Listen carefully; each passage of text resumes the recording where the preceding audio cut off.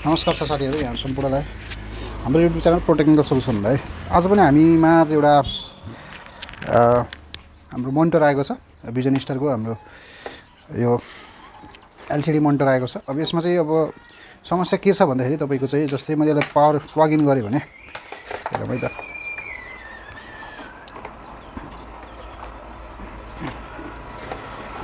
मैले चाहिँ यो चाहिँ हाम्रो सिरिज बल्ब छ, सिरिज बोर्ड हो।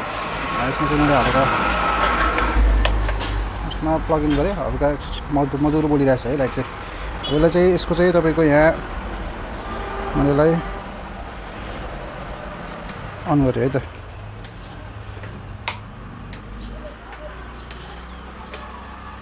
यो चाहिँ एकदमै डेड कन्डिसनमा छ है। यो भन्न खोजेको यसमा चाहिँ यो लाइटहरु ब्लिङ्किङ गर्ने तर अपरेट नहुने हाम्रो रेड लाइट बोल्यो है। यहाँ हेर्नु त तपाईहरुको चाहिँ यहाँ यो अलिकति थोरै हल्का ब्राइटनेस आयो, त्यसपछि हरायो है। यो चाहिँ अब यो चाहिँ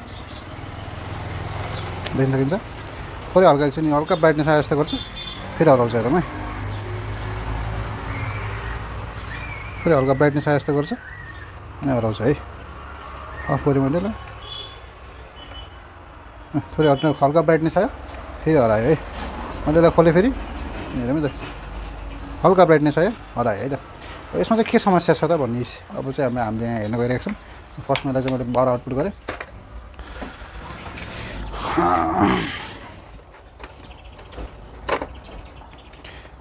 ओके, यसलाई चाहिँ उल्टाइदिएँ है त। अब यो चाहिँ तपाईँहरूले देख्न सक्नुहुन्छ चारवटा नट छ। चारवटा नट चाहिँ तपाईँहरूले अब खोलिसकेपछि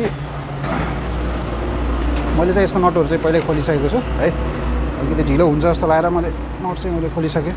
नट खोलिसकेपछि तपाईँहरूसँग यो किसिमको एउटा टुल हुनुपर्छ जसले चाहिँ के गर्छ भन्दा तपाईँको यो सजिलै के होस् यो निकाल्न चाहिँ यसरी मजाले प्याट्टा गर्दै आरामसँग नटाइकन खोल्नु होला है त।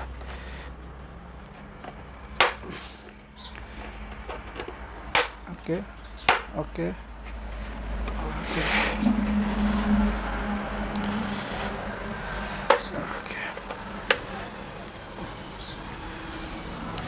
ठिक छ। अब यसलाई चाहिँ हामीले यताबाट खोलौँ।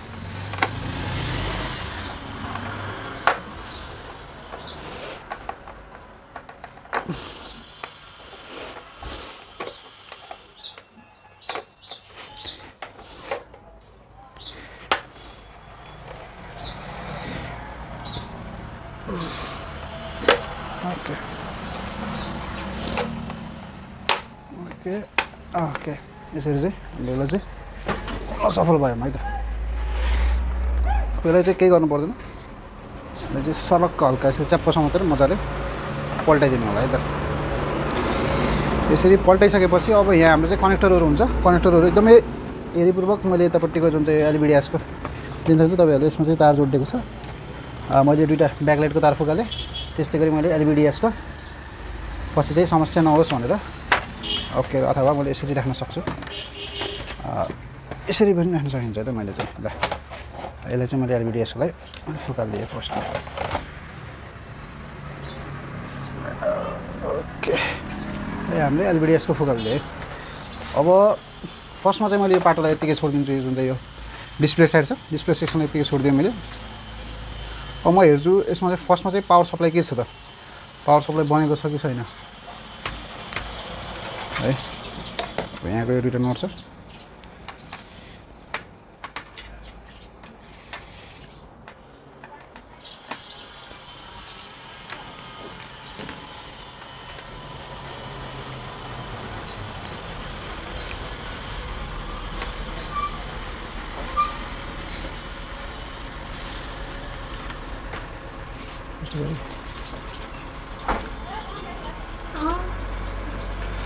तपाईहरुले चाहिँ देख्न सक्नुहुन्छ अब सुरुमै हेर्दाखेरि जुन चाहिँ हाम्रो यो जुन चाहिँ पावर सप्लाई हो, पावर सप्लाई बोर्ड हो है। यो चाहिँ हेर्न सक्नुहुन्छ तपाईँहरूले हाम्रो यो हेर्दा दुईवटा क्यापेसिटर चाहिँ हाम्रो के छ फुलेको छ है त। देख्न सक्नुहुन्छ तपाईँहरूले दुईवटा हाम्रो क्यापेसिटर चाहिँ फुलेको छ। अब दुईवटा क्यापेसिटर चाहिँ म निकाल्छु है त। फर्स्टमै सुरुमा हल्का यहाँ कालो दाग पनि जस्तो देखिएको छ है। अब यो हेरौँ अरू चाहिँ सर्टिङ छ कि छैन हेरौँ। फर्स्टमा चाहिँ यो दुईवटा क्यापेसिटर चाहिँ निकालौँ है त।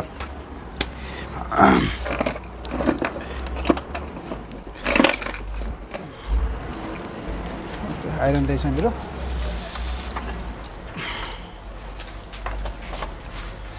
आइरनलाई रेडी गरेँ फ्लक्स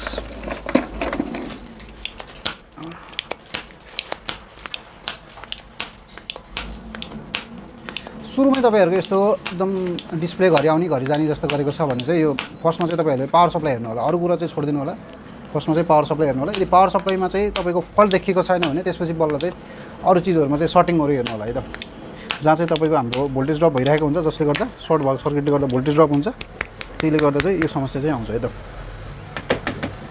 ओके हाम्रो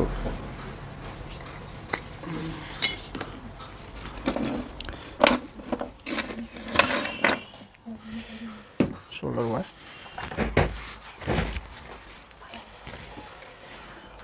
दुईटा क्यापेसिटर छ जुन चाहिँ दुईटा क्यापेसिटर चाहिँ हाम्रो प्यारललमा जोडिएको छ है त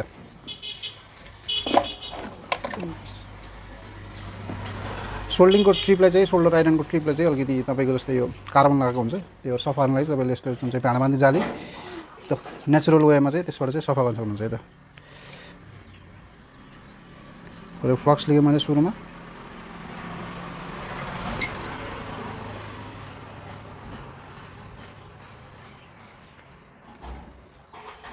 ओके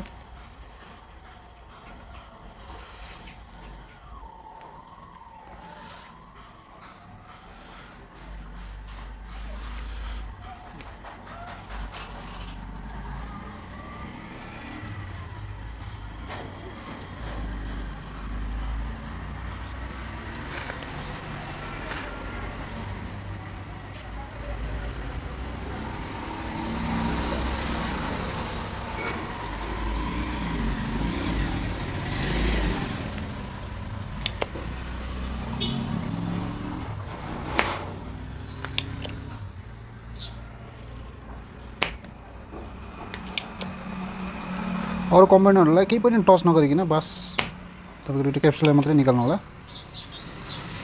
ओके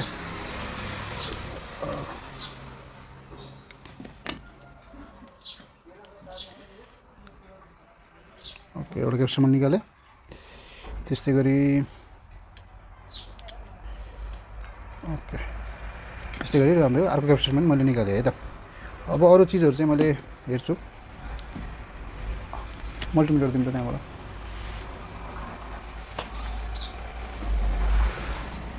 अगाडिपट्टिको त्यहाँ बिचको त्यहाँपट्टि हो त्यहाँ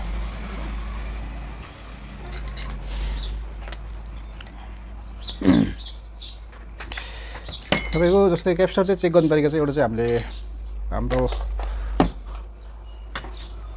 मल्टिमिटरबाट सकिन्छ त्यस्तै गरी तपाईहरुले चाहिँ अब यतिकै फिजिकली हेर्दाखेरि तपाईको जुन चाहिँ यो अलिकति उठेको छ भनेपछि यो यसमा चाहिँ हल्का लिकेज छ भन्ने कुरा बुझ्नु पर्यो है त फर्स्टमा चाहिँ मैले के गर्छु भन्दा हाम्रो सर्ट सर्किट चेक गर्छु यसमा चाहिँ तपाईको आउटपुट पोइन्टहरु यिनीहरु हो है भनेपछि यो चाहिँ हाम्रो नेगेटिभ पोइन्ट भयो नेगेटिभ भनेको दुईटा रहेछ त्यस्तै गरी अरु चाहिँ हाम्रो पोजिटिभ पोइन्टहरु हो यसमा किन भन्दा यो रेजिस्टेन्सले गर्दा चाहिँ सर्ट देखेको छ ओके यो ठिक छ होला उल्टो तरिकाले चेक गरौँ डायोडको रेन्ज आयो फेरि पनि म एकचोटि यसलाई चाहिँ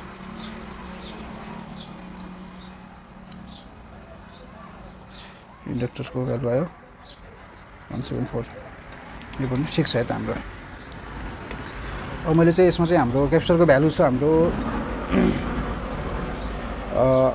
680 माइक्रोफ्याराड चाहिँ हाम्रो क्याप्सुलको भ्यालु छ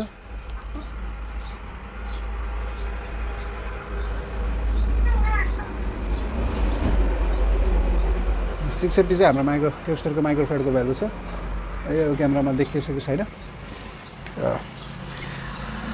दुईटा क्याप्सुल चाहिँ हाम्रो कति 680 र 16 भोल्टको क्याप्सुल दुईटा प्यारललमा लागेको छ मसँग अब ठ्याक्कै 680 को क्याप्सुलको भ्यालु चाहिँ नहोला है त्यसको लागि चाहिँ अब मैले चाहिँ यसमा चाहिँ एउटा मेरो चाहिँ 680 हाम्रो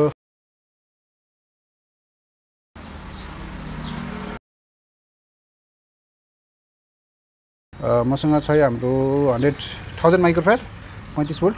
अब चाहिँ भनेपछि एउटा चाहिँ सानोवाला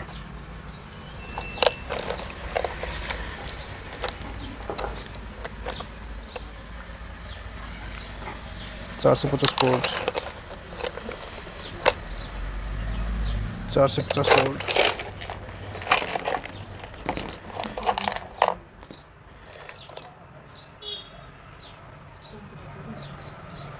ठिक छ।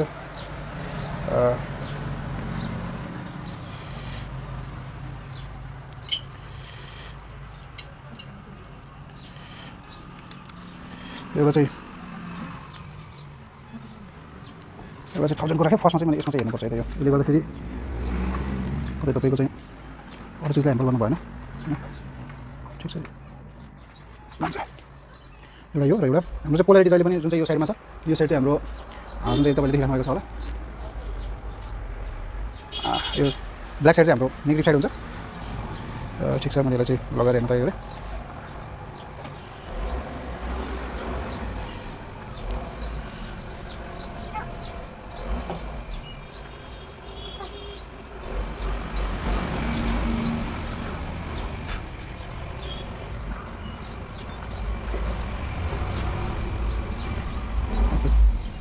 एउटा चाहिँ मैले 1000 माइक्रोफ्याराड 35 भोल्टको, त्यस्तै गरी एउटा चाहिँ 470 35 भोल्टको है त।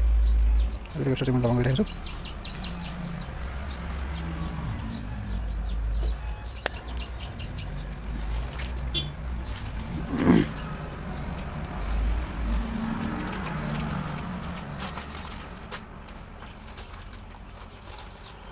ओके,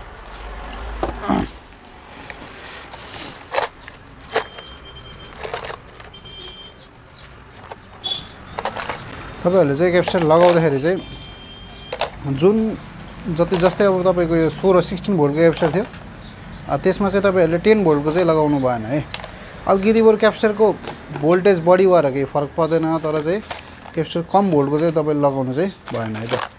जसले गर्दा चाहिँ तपाईँको जस्तै भोल्टेज अलिकति बढी हुने बित्तिकै तपाईँको क्यापेसिटर सर्ट हुने सम्भावना बढी हुन्छ है त। हाम्रो यो दुईटै अर्को क्यापेसिटर हो।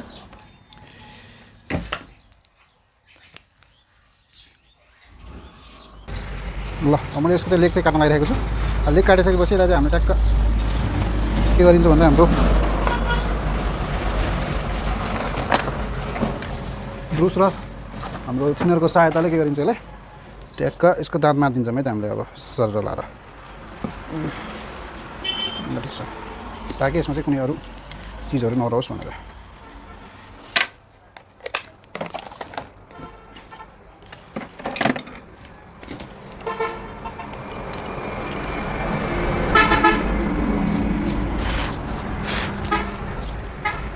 हाम्रो यो चाहिँ रेडी भयो है। यसमा चाहिँ मैले चाहिँ एउटा चाहिँ हाम्रो 1000 माइक्रोफ्याराडको क्यापेसिटर हाल्दिएँ। त्यसपछि हाम्रो एउटा चाहिँ 470 माइक्रोफ्याराड क्यापेसिटर हाल्दिएँ त। अलिकति भ्यालु चाहिँ एड भएर चाहिँ केही खासै फरक पर्दैन।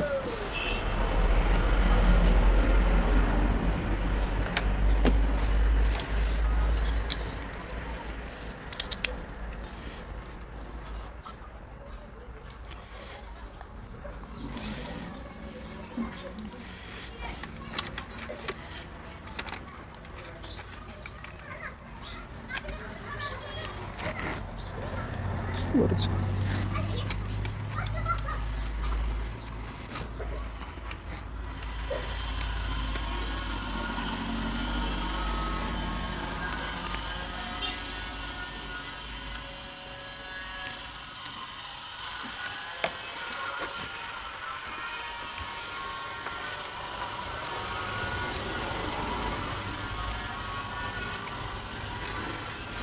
अब यसरी हामी चाहिँ लगाएर हेर्छौँ के छ हाम्रो प्रब्लम सल्भ भयो कि भएन त है त।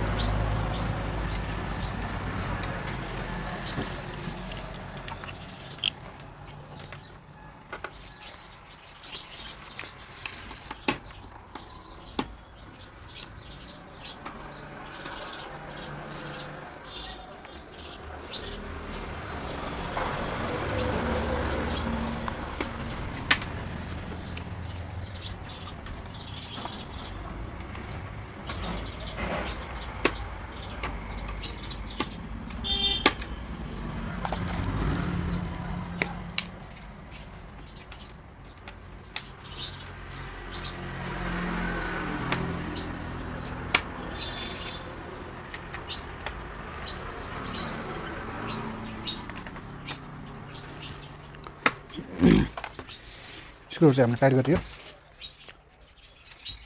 है। अब चाहिँ हाम्रो यो यसमा चाहिँ हाम्रो जोड्ने बेला आएको छ। फर्स्टमा चाहिँ मैले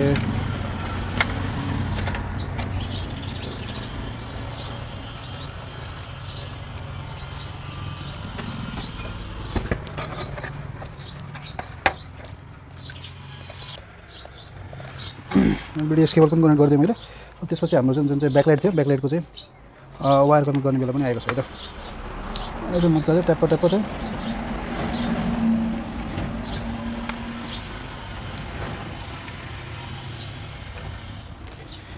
पनि हाम्रो कनेक्ट गरिदिउँ।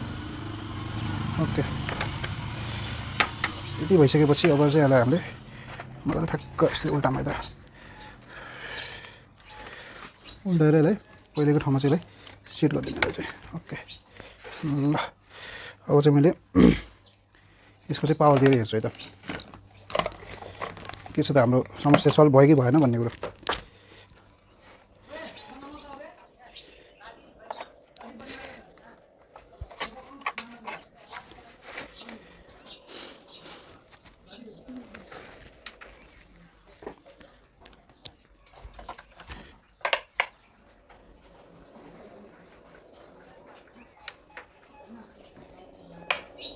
ल